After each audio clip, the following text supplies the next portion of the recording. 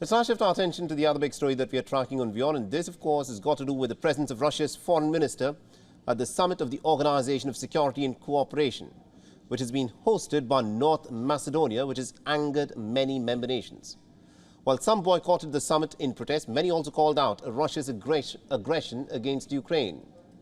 There was high drama that unfolded at the OSCE Summit in Skopje. The delegations of several nations left the room while Sergei Lavrov delivered his address.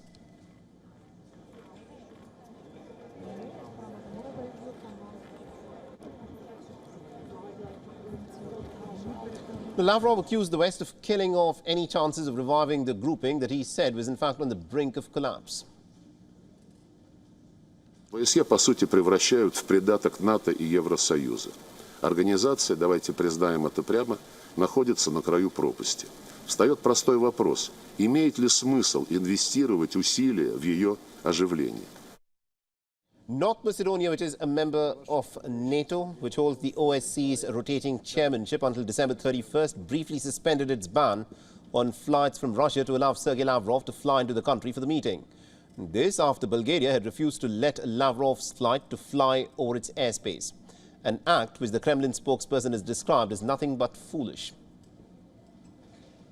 North Macedonia took over the OSCE chairpersonship in a year of active war, with unprecedented threats to the European security and to the international rules-based order.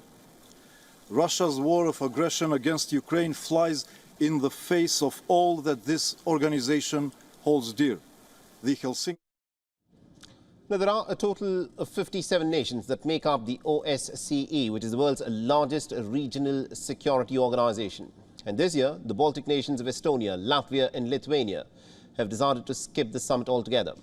The Baltics were the last states to become a part of the Soviet Union when they were annexed in 1940. And they were also the first ones to declare independence in 1990 when the bloc collapsed in a pretty dramatic manner.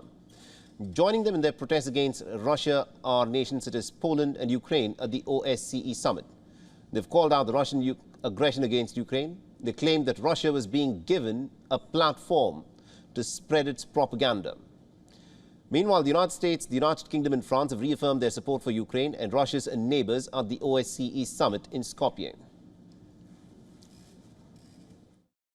So in this context, I join with all of my colleagues noting what a difficult year it has been. Russia's further invasion of Ukraine is a complete affront to civilized standards, to international law, and to the principles on which this organization is based. The continuing conflicts in Georgia and Moldova require our renewed commitment to resolve them and to bring those societies fully in line with the choices of their people to be a part of a broader community of countries committed to the rule of law. WION is now available in your country. Download the app now and get all the news on the move.